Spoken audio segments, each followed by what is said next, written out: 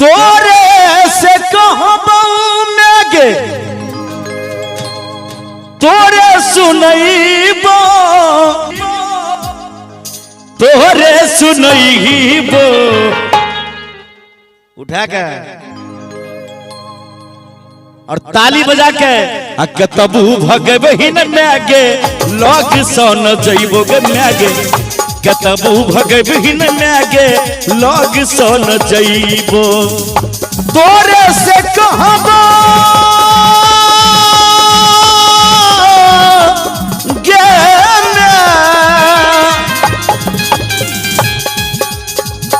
तोरे से कहबो सबटा तोरे सुनैबो तोरे सुनैबो कतबू भगबहिन मैगे लग सन जइबो गे मैगे कतबू भगबहिन मैगे लग सन जइबो। माई से भक्त कहै छै माँ हमर अर्जी तू सुन ले जगदम्बा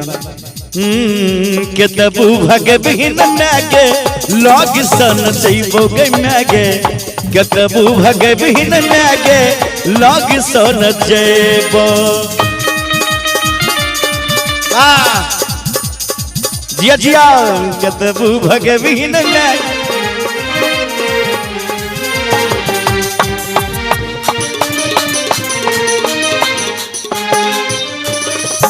और बड़ा सुंदर भाव छे पुत्र बेकल छौ मैया करे छौ कि लोल गे माई ममता के छौ तोहर बरयन मोल गे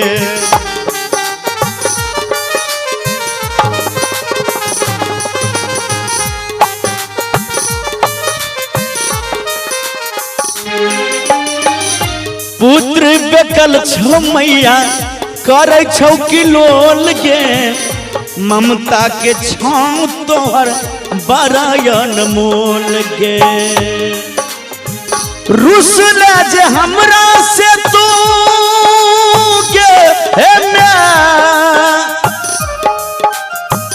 रुसबे जे हमरा से तू सब दिन मनैबो सब दिन मनैबो जे मैं हमरा से तू कितनो रुसमे तो हम सब दिन तोरा मनैबो गे मैं रुसबे जे हमरा से तू सब दिन मनैबो हगे सब दिन मनैबो कतबू भगबहिन मैगे लग सन जइबो गे मैगे कतबू भगबहिन मैगे लग सन जइबो।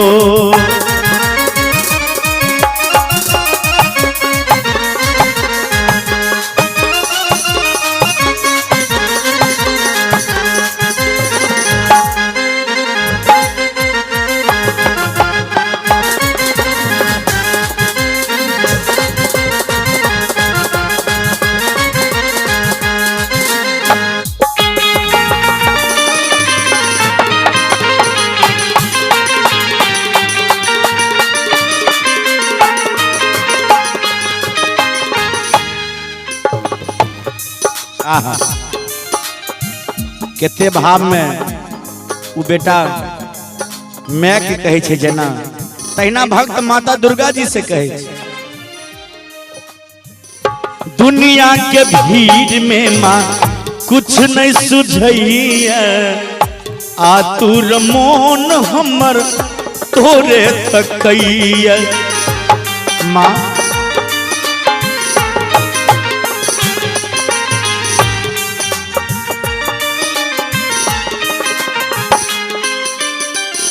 दुनिया के भीड़ में मैं कुछ नहीं सुझैया आतुर मोन हमर तोरे तकैया कोरे में रहबो सब दिन गे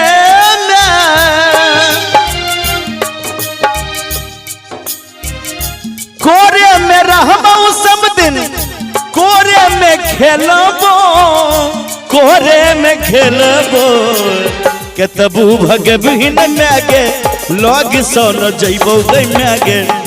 कतबू भगबिन मैगे लग सन जइबो कतबू हमरा भगबी तो लग से नहीं जेबो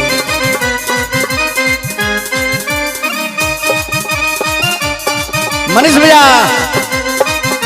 जाई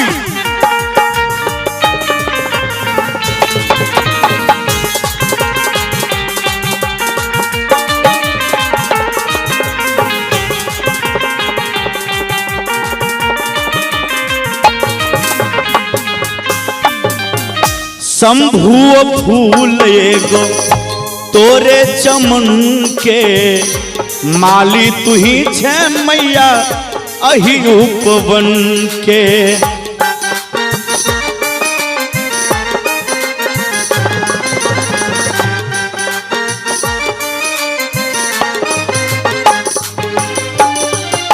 शंभु फूल एगो तोरे चमन के माली तू ही छे मैया अही उपवन के तोरे चरण में अपन के तोरे चरण में अपन जिंदगी बितैबो दरबार तेरा दरबारों में एक खास अहमियत रखता है जो जैसा नियत लेके आता है वैसा ही पाता है बोले सच्ची दरबार की जय हक तबू भगबिन मैगे लग सोनो जइबो मैगे कतबू भगबिन मैगे लग सोन जइबो तोरे से कहबो सबटा तोरे सुनैबो कतबू भगबिन मैगे लग सोन जइबो गे मैगे कतबू लग सोन जइबो।